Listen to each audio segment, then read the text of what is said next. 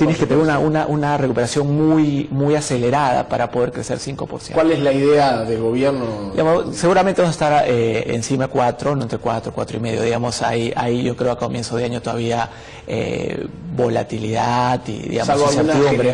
Salvo una generosidad externa, digamos. Claro, digamos, que todavía no se prevé. Creo que podemos decir con una buena dosis de certeza que el crecimiento chino, que ha sido el que ha motivado, digamos, el boom de materias primas de los últimos años, no va a regresar a los niveles anteriores. Ha pasado de 10%. China entre 1980 y el 2010, China crecía 10, después pasó a 9, 8, ahora está en 7, y es probable que siga que siga cayendo. Entonces yo creo que el crecimiento chino, que fue fundamental para nuestro país y para la región y para los productores de materias primas, digamos, es un poco más bajo. Entonces eso es un ambiente un poco más complicado. Creo que algunos de los shocks de oferta que se vinieron que ocurrieron el año pasado no se van a repetir. Creo que los efectos de la expansión fiscal que comenzó en la segunda mitad del año se van a empezar a sentir. Entonces podemos esperar un crecimiento mayor claramente que el año 2014, ¿no? Entonces estamos en una economía, digamos, de recuperación, pero que tenemos que hacer muchísimo más para poder retomar el crecimiento. Y eso es un poco sobre las cosas que queríamos conversar. No nos escapamos de ponerle el ojo a la competitividad. Claro, pues. Digamos, estamos condenados a ser más competitivos. Y una de las grandes trabas para nuestra propia competitividad es las cosas que nosotros mismos inventamos y nos ponemos, digamos, como baches en el camino y que perjudican muchas veces el desempeño empresarial. ¿Qué se está haciendo para el corto plazo? Porque todas estas cosas demoran muchísimo, en algunos casos hasta décadas. Pero hay algunas palancas que se pueden activar de rápida reacción en el mercado. ¿Qué se está haciendo, digamos, para tener por lo menos pasos más agitados en el camino hacia ser más competitivos? Yo creo que claramente tocaste un tema fundamental. Digamos, el tema de la productividad y la competitividad son temas importantísimos para el país. Nosotros lanzamos el Plan Nacional de Diversificación Productiva el año pasado, y lo que sugerimos, digamos, es que hay un eje fundamental del plan, que es el eje 2, en el cual dijimos tenemos que, digamos, racionalizar las regulaciones, la normatividad, la tramitología, que claramente es complicada. Ahora, yo creo que no es solamente un tema de trámites, también es un tema de trámites, pero un tema de regulaciones inadecuadas, mala coordinación entre distintos entes del sector público, inclusive. El Estado peruano es un Estado que está organizado de una manera sectorial, cuando muchos de los problemas son multisectoriales y los sectores no coordinan entre sí. Entonces lo que estamos, digamos, ahí claramente, digamos, hemos empezado a cambiar normatividad desde el año pasado. Hubo una serie de medidas. Yo diría que lamentablemente las medidas más de oferta o de regulaciones, tramitología, tiene un efecto más, digamos, no es un efecto en 6 meses, es un efecto que se va viendo a largo plazo. Salvo que radique después, por ejemplo, defensa civil para las licencias municipales, ¿no? Bueno, uno tiene es un tema que, digamos, claro, unidas a defensa civil. Yo creo que hay que encontrar un equilibrio, obviamente, ¿no? Hay que encontrar un equilibrio, e inclusive en ese caso, digamos, veamos que se está bajando el impuesto a la renta, ¿no? Y los impactos tampoco son inmediatísimos, ¿no? Pero deberían tener un impacto. En el Ministerio de la Producción, por ejemplo, hemos cambiado todos los procedimientos, estamos reduciendo los tiempos de trámites para licencias, estamos digamos, fortaleciendo el Ministerio de manera tal que te acompañe, porque muchas veces ocurre que la norma te dice este trámite debería durar 5 días, pero el Ministerio mismo no tiene la institucionalidad o las capacidades digamos, operativas para hacerlo, no tiene las computadoras, los sistemas, digamos, para hacerlo. Entonces estamos fortaleciendo tanto en lo que reduciendo los tiempos, pero los tiempos efectivos también, digamos, fortaleciendo digamos, la parte operativa, logística. Yo diría que en general, y hay un montón de regulaciones que uno puede ir sacando que son tontas. Yo te pongo un ejemplo que es muy tonto en el sector pesquero, por ejemplo, ¿no? Existe una norma todavía existente que dice que uno tiene que anunciar la temporada de pesca 16 días hábiles antes. ¿Okay? Esa norma tenía sentido cuando En el pasado se requerían realmente entre 15 y 6 días para poder tener toda la parte, digamos, logística del ministerio a punto para comenzar la temporada de pesca. Ahora se requiere un día, 1 o 2 días, digamos, se requiere 3 y estamos pasando a un día. Entonces, en principio, uno podría reducir muchísimo el tiempo, que es fundamental, porque con las condiciones climáticas tan cambiantes, 16 días hábiles son pues como 20 y tantos días reales, ¿no? Se te fue media claro, exactamente. Entonces, por ejemplo, estamos haciendo ajustes para justamente cambiar esa regulación. Hay un montón de cosas chiquitas que uno va haciendo y que van mejorando, entonces tanto en términos de regulaciones inadecuadas como mejorar los temas de trámites. Un jalador importante ha sido la construcción en los años anteriores. Y después apareció estos estudios de impacto ambiental, por ejemplo, que tienes que ver, digamos, creo que cayó en tu ministerio esos informes. Sí, nosotros estamos ahorita, claro, ¿cómo sigue ese tema? Claro, nosotros estamos, una traba severa también para ahorita justamente acabamos de cerrar con el Ministerio del Ambiente el acuerdo para cambiar, reducir los tiempos significativamente los estudios de impacto ambiental. Tener un terreno comprado, no poder construir hasta que salga el estudio de impacto ambiental, suena como en general. Ahora, claramente locura, ¿no? nos olvidemos que igual, digamos, un rasgo estilizado de los booms de materias primas como los que tuvimos en 2011 es que los sectores no transables, como construcción y como comercio, acompañan. Entonces, digamos, es entendible que el boom de construcción, digamos, no sea el de los años anteriores, en la medida que el boom de materias primas, ¿no? Sin duda, pero si añades a eso, claro, tenemos si le pones más, claro, que comer sin manos, claro, exactamente, ¿no? Y yo creo que adicionalmente, digamos, yo creo que lo importante de mejorar la normatividad de regulación, y que es un proceso continuo, es, digamos, trabajar en otras aristas, ¿no? Para complementar. Bueno, una de ellas, y la saludo en este caso con entusiasmo, es estos incentivos tributarios que también impactan, ¿no? La innovación y el desarrollo. En la medida que tengas ahora un incentivo tributario, vas a poder gatillarla de alguna forma, y eso impacta tarde o temprano, esperemos que temprano, en la productividad. Si nosotros somos creadores de nuestras propias soluciones tecnológicas, por ejemplo, vamos a estar siempre un paso adelante. Cuéntame un poquito sobre el proyecto. Sí, bueno, en principio completamente de acuerdo, ¿no? O sea, lo que te dicen los economistas es que el mayor determinante del desarrollo económico de un país es la mejora en la productividad, y que el mayor determinante de la productividad es justamente la innovación, ¿no? Schumpeter decía algo así como lo más importante en el capitalismo es la innovación. Y en el Perú estamos bastante rezagados en temas de innovación. Digamos, la métrica que se usa de manera estándar, digamos, para comparar países es cuánto se gasta en investigación y desarrollo para la innovación empresarial. 0.1%. El Perú es 0.12 cuando, digamos, comparando países, digamos, 0.12%. Me queda con esa cifra. 0.12%. Y no solo eso, sino que la mayoría de ese gasto es público. En el caso el empresarial es una fracción de eso. Esos son los números comparados, digamos, entre países, que nos pone a la cola de la región, y que es una región, digamos, América Latina, en esos números gasta 0.75, claro. La OCDE gasta 2.4%, o sea, el Perú gasta un 20avo que la OCDE. Ahora, hay razones, los últimos números, digo, sugieren que el Perú ha aumentado un poquito a 0.15, digamos, que es un poco más, pero en todo caso, digamos, el ideal es pasar a 1%. Los países, digamos, muchos países han hecho ese esfuerzo y realmente han aumentado de manera significativa. Israel, Corea, están encima de 3, 4%. Entonces, el gasto de investigación y desarrollo ¿cómo pasar a 6 veces más? O sea, ¿qué tenemos que Claro, nosotros entonces estamos haciendo, creo que tenemos varias formas, ¿no? Pero creo que este proyecto de ley, que ya es aprobado en el Congreso, está el autógrafo en Palacio de Gobierno, y esperamos, digamos, se debe promulgar en los próximos días, lo que hace es, básicamente, da un incentivo tributario, ¿no?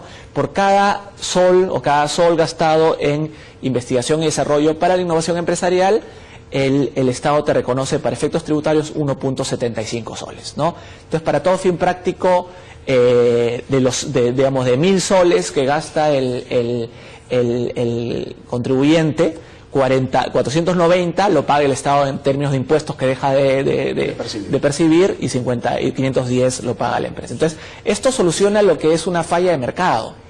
La falla de mercado es simplemente que la innovación es mucho más valiosa para el país que para la empresa, porque una empresa que innova gasta mucho y si le va bien en su innovación, muchas veces es imitado rápidamente, entonces no se apropia de todos los beneficios de la innovación. Tiene más sentido imitar muchas veces que innovar. Entonces, si bien para la empresa no funciona, el país pierde mucho. Tendríamos muchos imitadores. Y lo que pasa justamente es como no hay incentivos, se imita mucho y se innova poco. Entonces, la idea es justamente compartir, que el Estado subsidie con este incentivo tributario la innovación para que la empresa tenga mucho más incentivos para innovar. Entonces, esta es una pata que me parece que es fundamental. Nosotros creemos que va a tener, pues, obviamente el efecto no es inmediatísimo, pero sí deberíamos tener en los siguientes 2 años un aumento sustancial en innovación empresarial. Esto complementa, digamos, lo que son otras medidas como los fondos concursables tipo FinCit, que también se manejan en el gobierno. Yo diría que estas son las 2 patas fundamentales, ¿no? Deducciones tributarias y fondos concursables. Ahora quiero por un minuto ser abogado del diablo.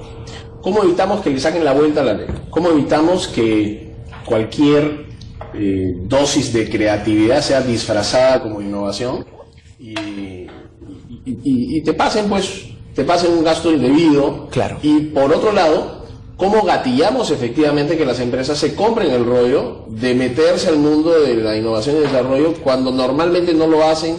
No hay una cultura que fomente eso, no tenemos científicos, digamos, a la mano, no tenemos innovadores en cada esquina, porque no somos una cultura formada para innovar. Exactamente. Entonces, ¿cómo gatillamos por un lado y cómo evitamos la sacada de vuelta por otro? Claro, pero yo creo que la sacada de vuelta se evita de 2 maneras. Uno, las empresas tienen que, para acceder al crédito, digamos, a la deducción tributaria, tienen que acceder, digamos, CONCITEC tiene que aprobar el proyecto de investigación y desarrollo. O sea, no es que uno simplemente gasta y pasa el gasto, digamos, pasa el gasto, digamos. Al 100% sí, digamos, la anterior es que tú gastas tu gasto normal, ¿no?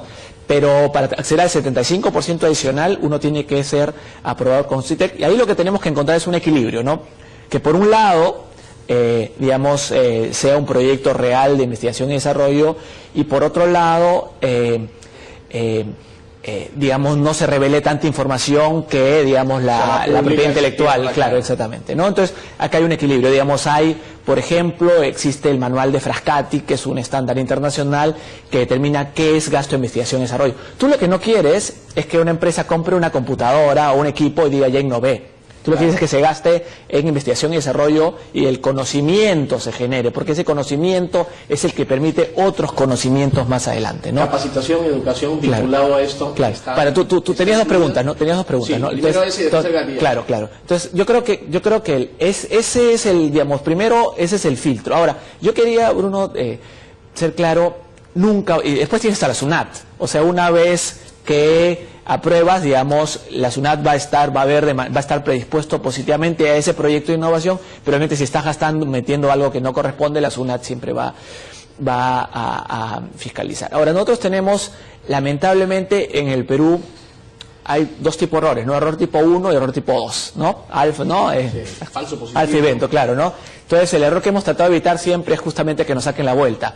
Pero el costo que nos saquen de minimizar la sacada de vuelta es que no se haga nada, es no tener la ley, ¿no? Entonces, yo prefiero que de 10 haya una, digamos, que se pase y 9 que funcionen bien, a que haya 0, ¿no? Entonces, yo creo que ese es lamentablemente, una de las razones por cual el Estado es tan complejo ahora, es porque hay tantos candados que se pusieron por los 80s, ¿no? Que simplemente se volvió todo mucho más burocrático, porque hay desconfianza.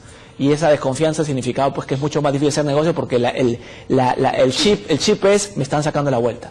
Entonces yo creo que eso hay que encontrar un equilibrio, hay que siempre los extremos son descuidados, ¿no? Peligrosos. Ahora, creo que evidentemente el nivel es tan bajo que aumentarlo no va a ser tan complicado. Yo creo que tenemos el capital humano clarísimo para, digamos, duplicar lo que hacemos, ¿no? Para ir a 1% claramente no, pero eso no va a ocurrir, digamos, en un periodo de 3 o 4 años. Digamos, lo que por ejemplo, el País Vasco logró multiplicar, digamos, llevar de 0.12, con el nivel peruano actual más o menos, a encima de 2% en unos 20 años. ¿no? Ese es el proceso, digamos, que demora. Y yo creo que este proceso tiene dos componentes. Uno, primero, que aumente el gasto en investigación y desarrollo, y segundo, que el componente privado aumenta relativamente al público. En el Perú todavía mucho del gasto lo financia el sector público, el privado pone muy poquito. Ya en países desarrollados es 2/3 sector público, 1/3 sector privado. ¿No se está limitando esto a ninguna industria o campo? No, acá esto es transversal, absolutamente transversal. Y lo que sería ideal, pero que va a tomar tiempo, es que haya, digamos, un trabajo en que una empresa trabaje con un centro de investigación y juntos hagan un proyecto de investigación. La academia, ¿no? Claro. De forma importante, o algún centro. Yo creo que acá, que exactamente, una academia, pero no investigación básica, sino academia más los CITES, por ejemplo, Centros de Investigación Tecnológica. Nos faltan ahí cerrar ese. Creo que esto, investigación más aplicada, nos está faltando. Ahora, la realidad también, y la experiencia chilena lo demuestra, es que las empresas al comienzo son reticentes a trabajar en conjunto. Pero lo ideal es justamente utilizar el conocimiento de la academia, el científico, y a su vez la academia recibe la aplicabilidad y se esfuerza a hacer trabajo mucho más aplicado. Entonces hay una ganancia. Claro, eso tiene mucho más eco cuando hay clústeres organizados y que de alguna manera compartes el conocimiento al interior del clúster, cosa que aquí todavía no, ni siquiera los pisqueros un poco más comparten, ¿no? Un poco de los pesqueros ya más, digamos, con el CITEBIT. El CITEBIT ha sido fundamental. Correcto, vamos a darle esa porción adicional, pero no tenemos una cultura empresarial cooperativista. Competimos mucho. ¿no? Competimos mucho. Mira, yo te diría que vamos al mundo, cada uno va a su feria por sí solo a veces, ¿no? Yo creo que acá has tocado un punto fundamental. Creo que efectivamente no nos hemos dado cuenta que como estamos yendo al mundo, lo que importa más es la marca Perú, ¿no? Andrés Oppenheimer tenía en su libro un capítulo que se llama Innovar o Morir, o algo así, Innovar para Crecer, y tenía un artículo justo sobre Gastón. Decía el chef que compartía sus recetas, algo así, y como decía que se había dado cuenta que la marca Perú era más importante que competir con el otro chef. Siendo un jalador mucho más importante. Y en todos los sectores, sobre todo ahora con estos temas sanitarios y de calidad tan importantes, que un exportador peruano lleve un producto malo al mercado internacional, te puede cerrar el mercado y te afecta a todos. Entonces tú quieres que tu competencia tenga estándares de calidad impecables, estándares sanitarios, trazabilidad impecables, porque si no, la Comunidad Europea, digamos, de Estados Unidos no va a distinguir este es bueno, este es malo. Le cierra el mercado a todos los productores peruanos. Supuesto. Entonces estamos todos de la mano. Y no solo, o sea, acá todos no competimos, sino más bien cooperamos y tenemos a que el Estado, tenemos que trabajar con el Estado, porque el que abre los mercados por protocolos fitosanitarios y, digamos, en general, es el Estado. Por supuesto, pero déjame hacer una brevísima pausa y volvemos. Estamos con el ministro Piero Ghezzi, con él regresamos tras una brevísima pausa, señores, no se muevan. Bien, señores, estamos de vuelta con el ministro Piero Ghezzi, con él estamos conversando temas de relevancia para nuestra economía. Estamos viendo oportunidades, qué es lo que se viene, qué es lo que se está haciendo en varios frentes, principalmente productividad, competitividad, entre otros. Pero otro de los grandes retos que tenemos es reducir la informalidad. Es un lastre, ya ni sé cuánto estamos, 70 y tantos por ciento de nuestra economía, 68, ¿no? 68, ya 70% de nuestra economía es informal, si es que lo estamos midiendo correctamente. Y aquí hay pues también el eterno problema de cuáles son las trabas y el costo de la formalidad, ¿no? ¿Qué se está haciendo? ¿Qué es lo que se viene? ¿Cuál es el consuelo, por lo menos inmediato, de saber que se está activando algún plan? Hay varias propuestas vinculadas a simplificación, sobre todo para el inicio de la actividad empresarial. Las nuevas empresas tienen que literalmente comerse un cerro de trámites y no están preparadas para competir con tanta carga, costos laborales. Todavía no se da pues la reforma laboral, acabamos de patinar con la ley Pulpín conocida. ¿Qué se está haciendo? ¿Cuáles son las iniciativas? Yo creo que la informalidad claramente es el gran elefante en el closet en la economía peruana, que por mucho tiempo la hemos aceptado implícitamente, y tal vez fue útil, digamos, fue una válvula de escape en los 80s, ¿no? Durante la crisis, pero claramente nos está pasando la factura porque también tiene una cultura la informalidad que tiene un costo para el país. Ahora, yo creo que, es un fenómeno complejo que como todo fenómeno complejo requiere soluciones un poco más complejas. Nosotros estamos trabajando, digamos, en dos frentes, más de dos frentes, digamos, pero un frente importante es el de la productividad. Porque en realidad la informalidad es, en fin de cuentas, una comparación de la productividad que genera la empresa con los costos de formalizarse, ¿no? O sea, hay una empresa muy poco productiva, simplemente no puede pagar ningún costo de formalizarse. Entonces no se va a formalizar, nunca paga impuestos, etcétera, ¿no? Entonces tienes que en el Perú hay muchísimas, digamos, microempresas que casi no deberían ser empresas porque son unipersonales. Claro, son actividades de subsistencia. Claro, exactamente, que es porque no existe seguro de desempleo, digamos, claro, ¿no? Por supuesto. Pero, digamos, hay otras microempresas, digamos, un poco más dinámicas que sí podrían, digamos, entrar al proceso de formalización, ¿no? Entonces, lo que estamos haciendo es trabajar en temas de productividad, expansión de productividad. En eso estamos, digamos, el Ministerio tiene este propósito de tener 47 centros de innovación tecnológica, los llamados CITES, que hacen extensionismo tecnológico. Básicamente lo que hace extensionismo tecnológico es decir, ok, mira, esta forma de producir es la ideal, tú haces esto. Simplemente yo te cuento cómo lo haces y esto aumenta tu productividad. Nunca se ha hecho en el Perú en escala. Digamos, el CITEBIT es uno de los 3 CITES que han funcionado, CITEBIT, CITEMADERA y CITECUBRE Calzado, con una escala muy chiquita. El extensionismo tecnológico te ha demostrado en el mundo que es muy potente para aumentar la productividad de la MIPYME, que es el grupo, digamos, al que estás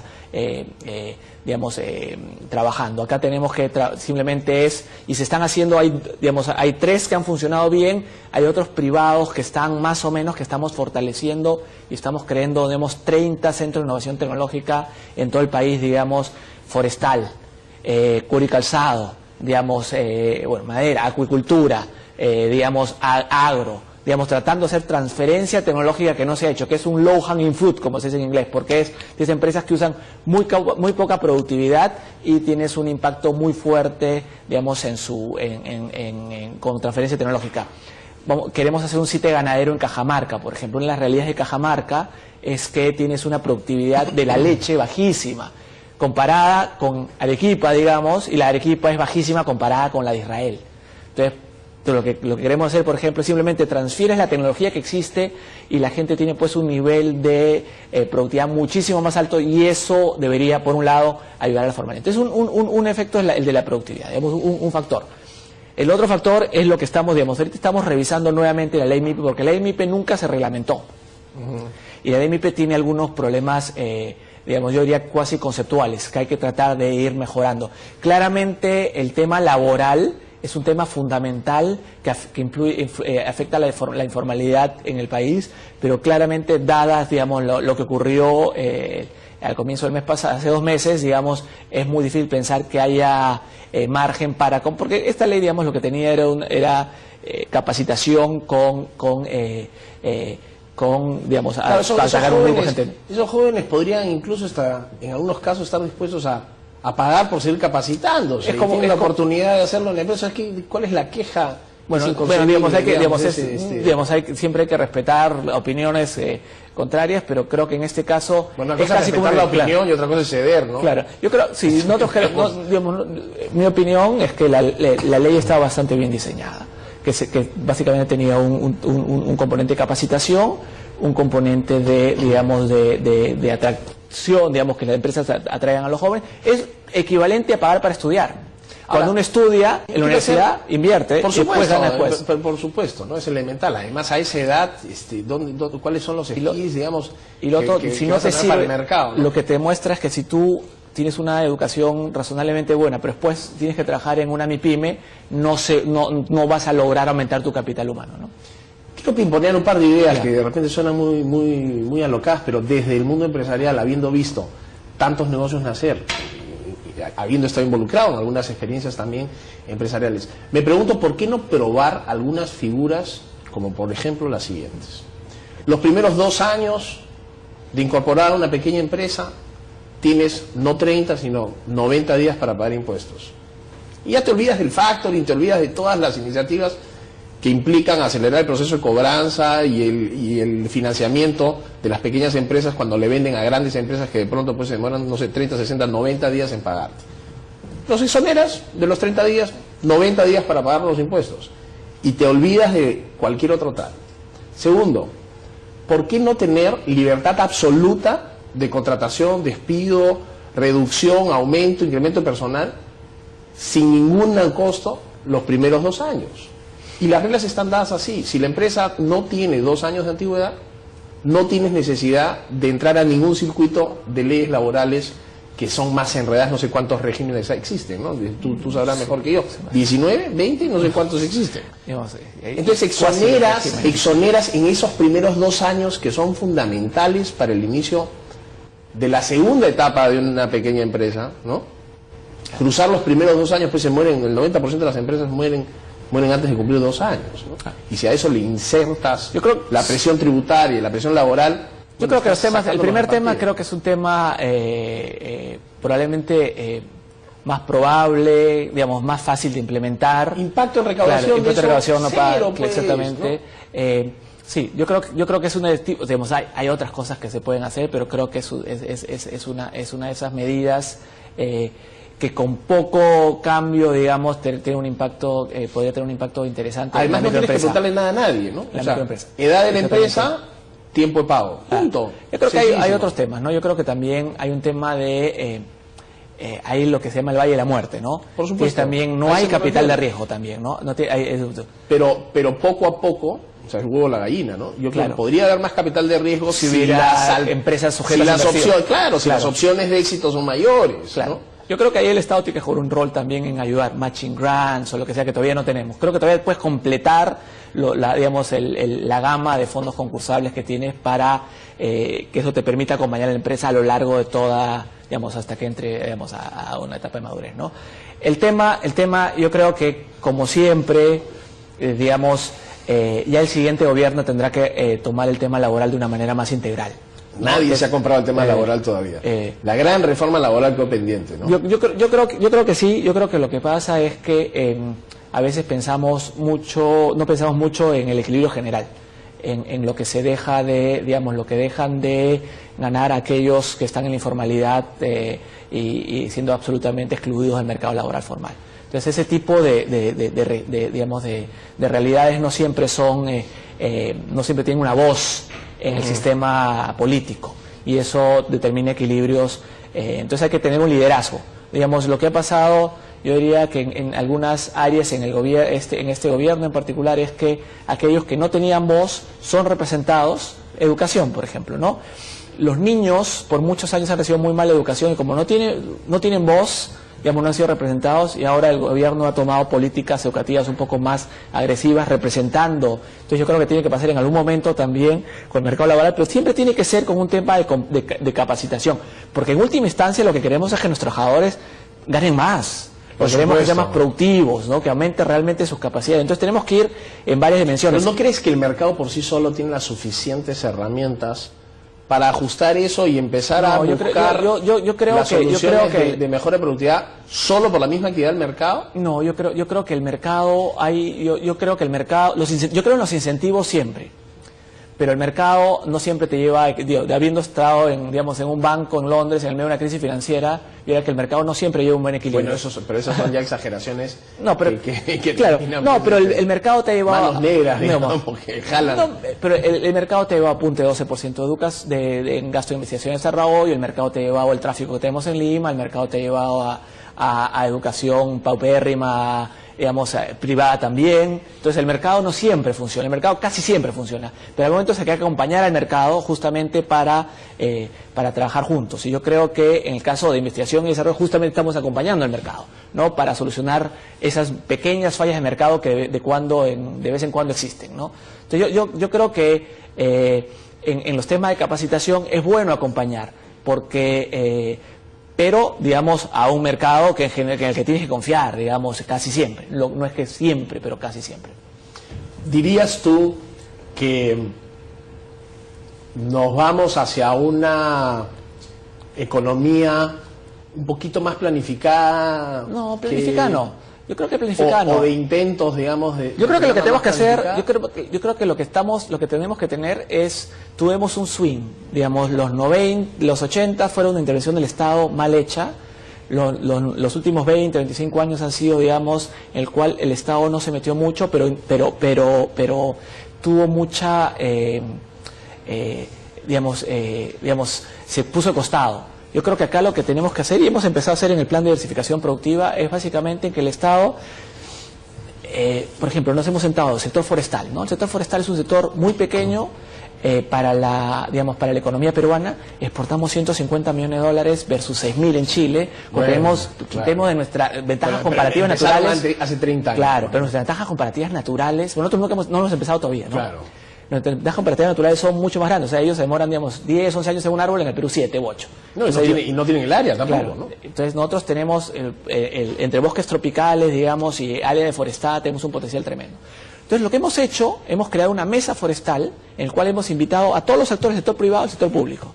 OSINFOR, CERFOR, UEFA, Ministerio de Ambiente en general, también MINAGRI, MINCETUR, PRODUCE, MEF, CNC. Por el lado del sector privado, los gremios importantes. ¿Funciona esa mesa? Espectacular, ¿sí? Espectacular, porque justamente lo que hace es te sientas, digamos, una vez a la semana y básicamente, ¿cuáles son las barreras al crecimiento del sector forestal? ¿Por qué no está funcionando? Entonces, mira, esta normativa está mal, esta regulación que sacó esta entidad no funciona. El solo hecho de sentarse en la mesa juntos te ayuda en algo. Un diagnóstico. No solo diagnóstico, sino que como el sector público no coordina bien entre sí, solo estar sentados ya te ayuda a resolver el problema de coordinación. Y el privado, cuando está bien organizado, te dice, mira, estos son mis problemas. Y son cosas en las cuales no están pidiendo exenciones tributarias ni subsidios, sino cosas, malas regulaciones, trabas que son absolutamente aparte innecesarias. Nadie gana, digamos, es simplemente mal hechas, mal reguladas. Y ahí, por ejemplo, lo que necesitas es un liderazgo del Estado. Entonces, en ese sentido sí creo que tenemos que tener un Estado. Hemos hecho una mesa forestal, una mesa acuícola, estamos comenzando una mesa de industrias creativas, y ahí sí queremos, yo creo que un Estado que coordina mejor, desregula y ve cuándo tiene que estar y cuándo no está, es importante. En el caso forestal, por ejemplo, el otro problema es que no tienes financiamiento de largo plazo, que Chile, o sea, todos lo hicieron, ¿no? Digamos, por el sector privado no presta a 14 años, si tú tienes una plantación, necesitas 13 años para tener flujo de caja positivo. Pocos tienen la espalda para esperar 13 años para empezar a ganar algo, ¿no? En cuyo caso, y el sector privado no financia a esas. Entonces ahí, por ejemplo, COFIDE no tiene que ser subsidiado, simplemente tenemos que empezar, hay fondos extranjeros, verdes, digamos, que pueden ayudar al sector forestal, porque es una externalidad positiva también para la humanidad, digamos. No, pero por supuesto, claro. Y una vez que entra el sector público inicialmente y después el privado empieza, una vez que, ¿no? Es como el Fondo Mi Vivienda, ¿no? Empiezas a gatillar el proceso de... Bueno, ese es uno de los sectores a los que ustedes forestal, acuícola, creativa, pero en realidad no tenemos ningún límite. Lo que estamos haciendo es, nos vienen a buscar, digamos, nos cogemos, nos vienen a buscar. El ministro de Agricultura me dijo, oye, Piero, que el sector forestal puede ser uno de tus motores, ¿no? Llamamos, convocamos y Diana... para el tema de Álvarez Calderón, para el tema de industrias creativas. Y coordinamos y empezamos a ver, y la idea es que, digamos, obviamente tenemos capacidad para hacer 3 o 4 a la vez. Y después, en la medida que se funcione, o se gradúa, o digamos, o se da de baja, digamos. Si ves que es un sector que no tiene más, que el problema es que no es competitivo, digamos, y productivo, simplemente ya no sigue, ¿no? Por supuesto. Pero lo interesante es que tú puedes invitar a cualquier, especialista en el sector forestal, están bastante contentos de cómo se van logrando avances, simplemente sentarse juntos, y la cosa que es que no sea diagnóstico, porque lo que tenemos... Sobran los diagnósticos. Yo creo que tengo muchos malos diagnósticos, ¿ya? Claro. Pero la idea es ser ejecutivo. La cosa acá es, por ejemplo, en el sector forestal tenemos la matriz con 20 y tantas barreras, se han resuelto 5, hay 10 por resolver, ¿no? Entonces, esa es la cosa. Y hay esa accountability, como se dice. Correcto, ¿no? claro. Entonces, ahí tienes para responder inmediatamente en la mesa. Un Estado socio del sector privado es el que tiene que venir. No un Estado que se pone costado, como algunos quieren, digamos que el Estado desaparezca. No, el Estado tiene que ser socio. Estado es un socio, el Estado no puede desaparecer. Bueno, ya es socio pues con el impuesto a la renta, ¿no? Es socio siempre, pone semáforos, ¿no? Es socio con el impuesto a la renta. Como decía Ricardo Hausmann, ¿qué miércoles significa que el Estado no existe, que el Estado no esté presente cuando el Estado está siempre, en todos lados? Claro. Tiene que estar, lo importante es que sea un Estado que trabaja juntos. Si tú eres un agroexportador, necesitas SENASA. Te compro esa idea, pero en la medida pues que trabaje bien, ¿no? Lógico, si solamente son las trabas. Es el único equilibrio posible. Si queremos desarrollar, es la única posibilidad. Un Estado que se pone costado no nos va a llevar al desarrollo económico. Un Estado que solo pone trabas, tampoco. La única posibilidad es un SENASA que funcione bien, trabajando con los agroexportadores, ANIPES en mi sector, trabajando con los pesqueros y en general un Estado que trabaja en sociedad con el privado. Bueno, yo soy mucho más amigo de la idea de reducirlo al máximo, pero entiendo el otro lado de la mesa. Claro. Te ha tocado a ti administrar. En la realidad te das cuenta de que existe. Que deben de haber muchas papas calientes ahí inevitables, que no hay cómo resolverlas, más bien apuntar a mejorarlas, quizás la receta mágica. Pero quiero agradecerte por tu participación e invitarte a una siguiente oportunidad. Se nos ha quedado un tema importantísimo en el tintero, que es todo el desarrollo de startups tecnológicas, que entiendo también están haciendo un buen trabajo. Con Innovate. Un buen trabajo por ahí. Así que lo vamos a dejar para una segunda oportunidad. Muchísimas gracias por venir al programa. Ok, buenísimo. Fue el ministro Piero Ghezzi quien estuvo con nosotros. Con él hemos conversado de varios temas de importancia para nuestro sector productivo. Señores, no se muevan. Volvemos tras una brevísima pausa.